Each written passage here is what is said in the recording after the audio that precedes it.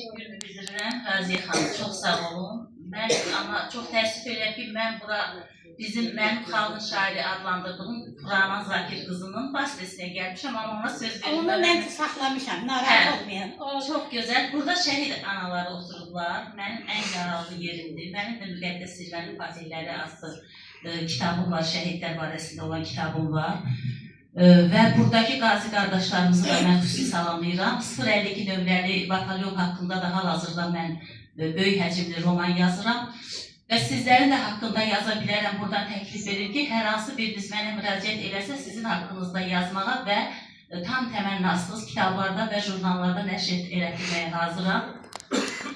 Dediyim kimi, şəhid anaları həmişə yaralı yerim olub. Mən həm də bir dirəkçiyəm, yazıçılıqdan daha çox dirəkçi kimi tanınmışam. Ona görə də ilk növbədə istədim şəhid analarına buradan üzümü tutum. Bayaq ağlayan xanımlar gördüm burada.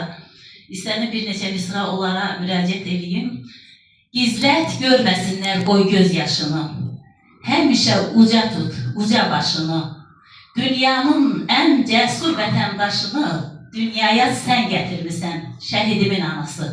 Qarşınıza baş əyirəm hər birinizin.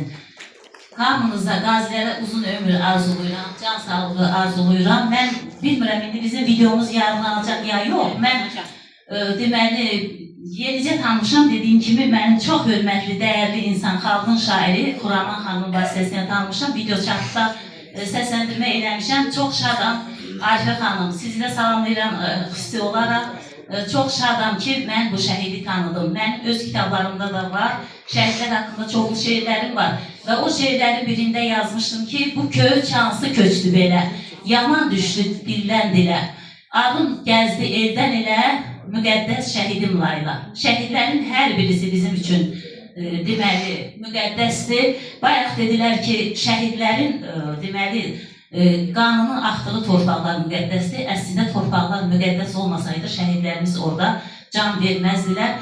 Çox şad oldum ki, Fred Asif, onun yadigarıdır dedilər. Sizi də xüsusi olaraq salamlayıram. Çox sağ olun. Çox gözəl çıxış elədiniz. Təşəkkürümü bildirirəm. Bir də mənim üçün çox maraqlı çıxış bizim qazimizin çıxışı oldu. Əslində mən yazılarımda həmişə qazilərimizin döyüş yollarına, yoldaşlarına daha doğrusu müraciət edirəm. Onların keçdiyi həyat yolu haqqında daha geniş yazmaq üçün, daha geniş danışmaq üçün.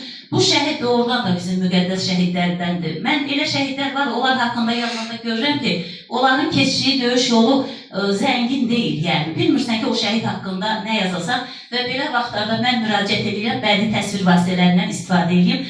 Bu şəhid niyə seçilir? Siz artıq onu hamınız qeyd edərdiniz ki, bu adam öz deməli torpaqları üçün rahat həyatı qoydu və narahat bir həyatı seçdi.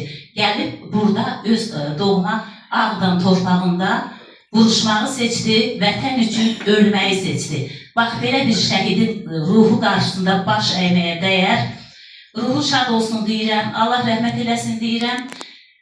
Vaxtınızı çox aldımsa üzr istəyirəm. Sonda yenə qazilərimizə deyim ki, yaxınlaşıb məndən telefon nömrəmi götürə bilərsiniz. WhatsApp vasitəsində mən sizin hər biriniz haqqında yaza bilərəm. Arifə xanım, sizə həmişə səbir və dözüm arzuluyuram. Şəhidlə həmişə qürurlanın, həmişə fəxr eləyin. Yəni, bu şərəfli yol hər kəsə nəsib deyil.